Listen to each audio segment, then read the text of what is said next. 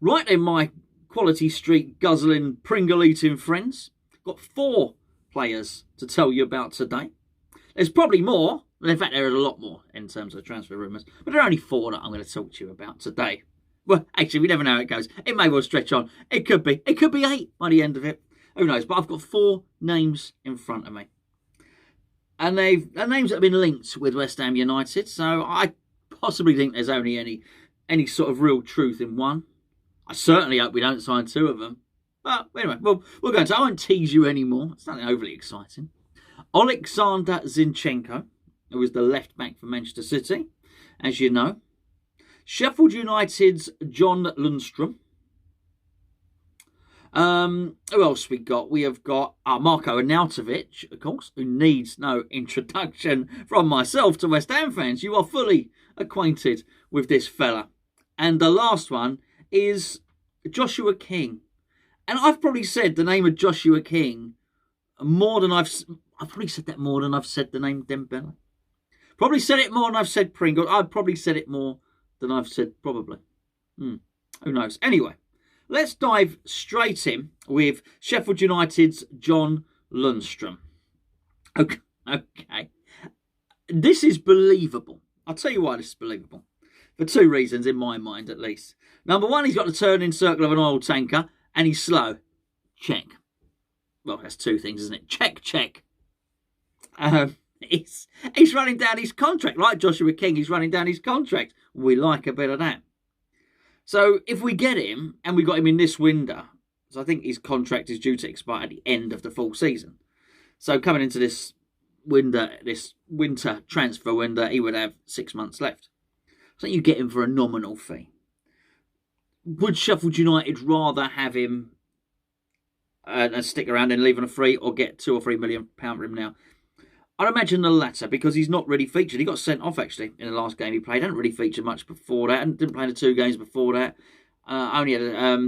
Was substituted in the game before that one. So clearly, his popularity is not particularly high in Chris Wilder's team. Now, I'm not saying, I think Transfer Market, they value him at something like 7 million or something like that. So if you can, he's probably worth more. He might be worth 10. Maybe you can get a player worth 10 million for 2 million.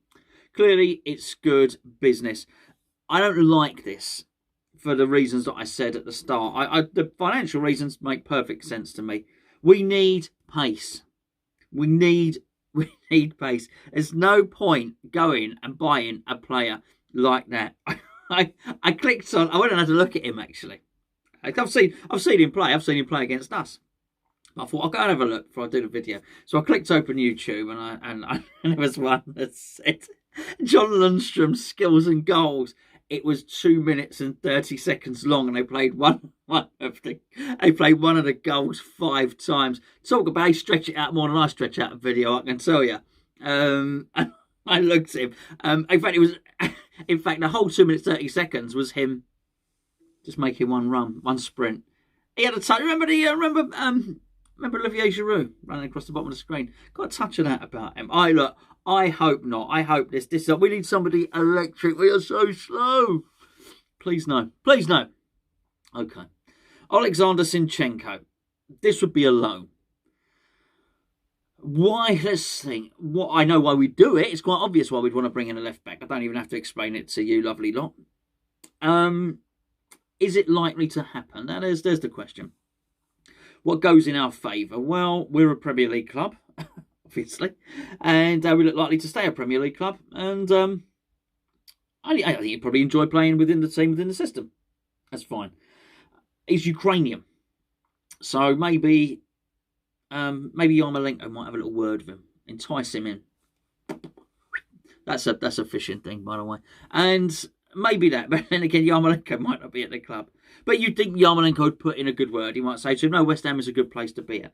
Now, we know that holds quite a lot of currency in the way players value going to clubs. And we know this works, obviously, with Thomas Souček, who's trying to get the whole of the Czech Republic to live in Stratford at the moment. So putting a good word in, we know helps. So maybe that would go in our favour. What doesn't go in our favour is, I understand, Wolverhampton Wanderers are looking to bid 19 million for him. Now, I can look at it from the player's point of view and think, well, that's probably preferable. Going to a club that actually want you and willing to buy you long term. We can't afford him, so there's that.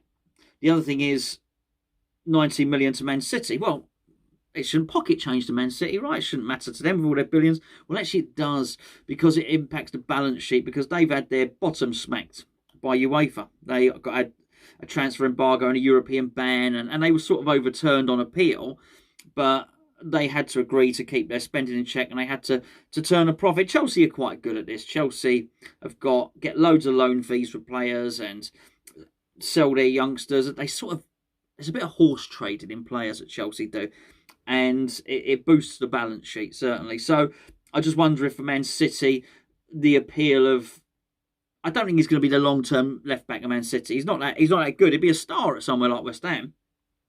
Best left-back at Man City who buy full-backs at 50 million apiece? No, I don't think so.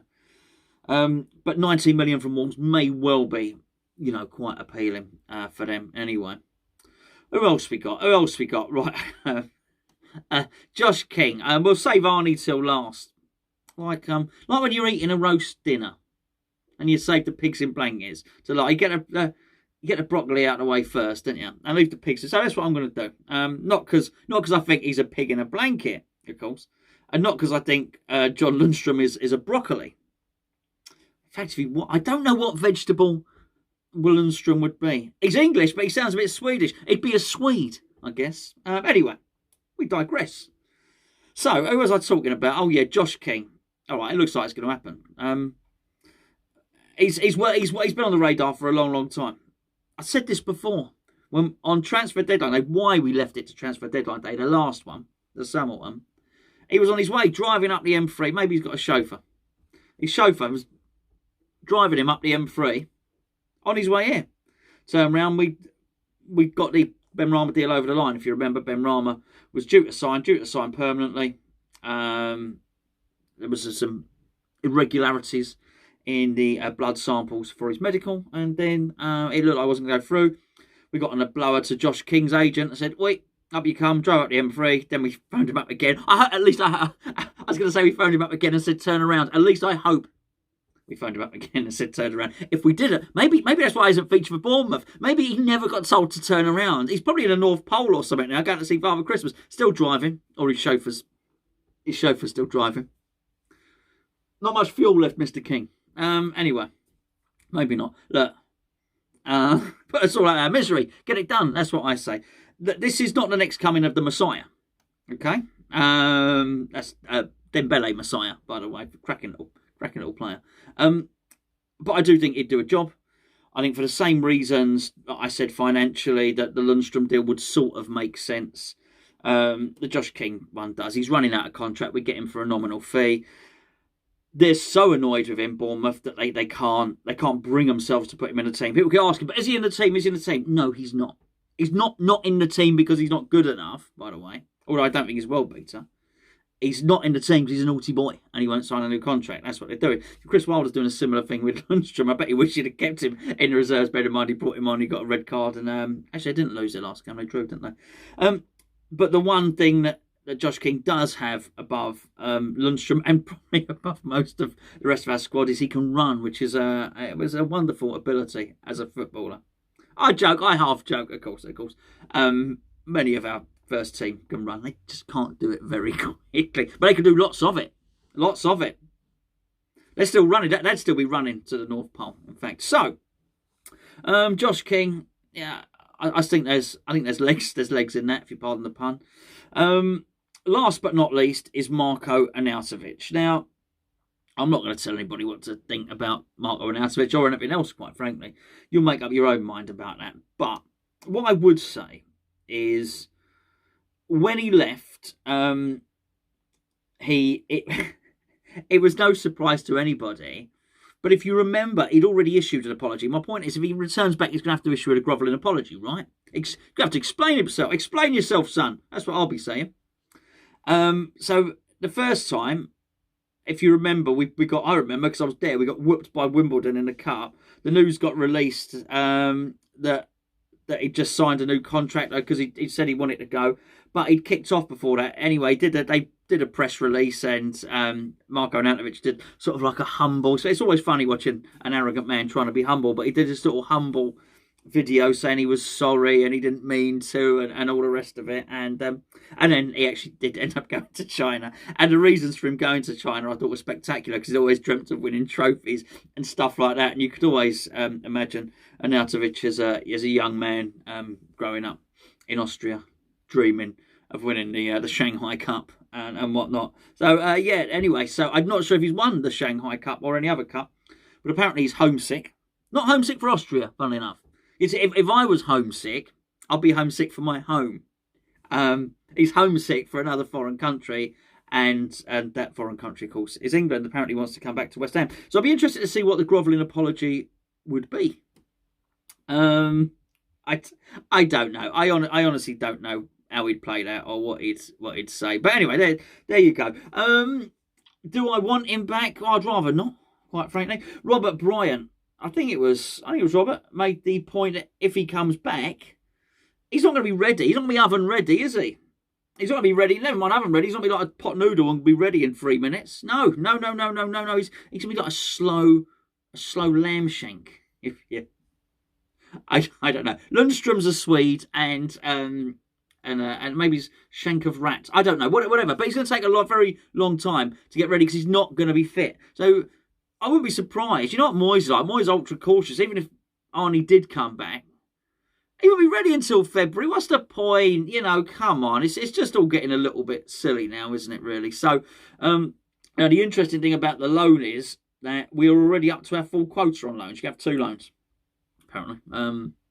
Premier League clubs can, anyway. So we've already got one in Ben Rama, and we've got one in Craig Dawson. So 2 options, really. Either send Craig Dawson back, because he's not playing anyway, let's be fair, is he? I think there is a penalty for us doing that. I think there'll be quite a significant penalty. I'd imagine we'd have to pay up his contract for the remainder of the season. I mean, crikey, we do. We're like a colander for money, aren't we? Bearing in mind what's happened with Jack Wilshere if we did that. The other one is to basically trigger the Ben Rama the clause. Now, the Ben Rama clause is not like Santa Claus. This is not a festive thing I'm talking about. But trigger the Ben Rama clause would be to make it permanent rather than a loan. Now, it's an obligation to buy, as you know. But the reason for it not going through permanently was because there were some irregularities in the medical. Now, you'd like to think if they'd been cleared up, then we'd have made it permanent already, right? So what are we going to do? Are we going to, supposing that that medical issue has not been cleared up, and there's still discrepancies in there, are we just going to go and pay the money anyway? Well, surely that doesn't eradicate what was our initial concern with it.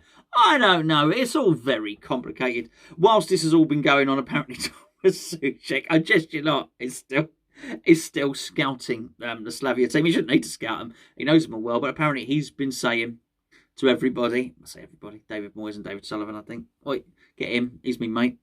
He's quite good. And David Moyes has been gushing in his praise of them, by the way, saying they haven't got big egos and they work hard. And I've got no reason to disbelieve that at all, by the way. I think it's an untapped market. We still do. I'm not sure. It is quite funny, isn't it? Because as a loan, you can only have 2 players, all right? You can only have 2 players on loan, but you can have as many Czech players as you want. You can only have 2 players if you're a Premier League team on loan, but if you want to buy the whole of the Slavia Prague team, that's absolutely fine.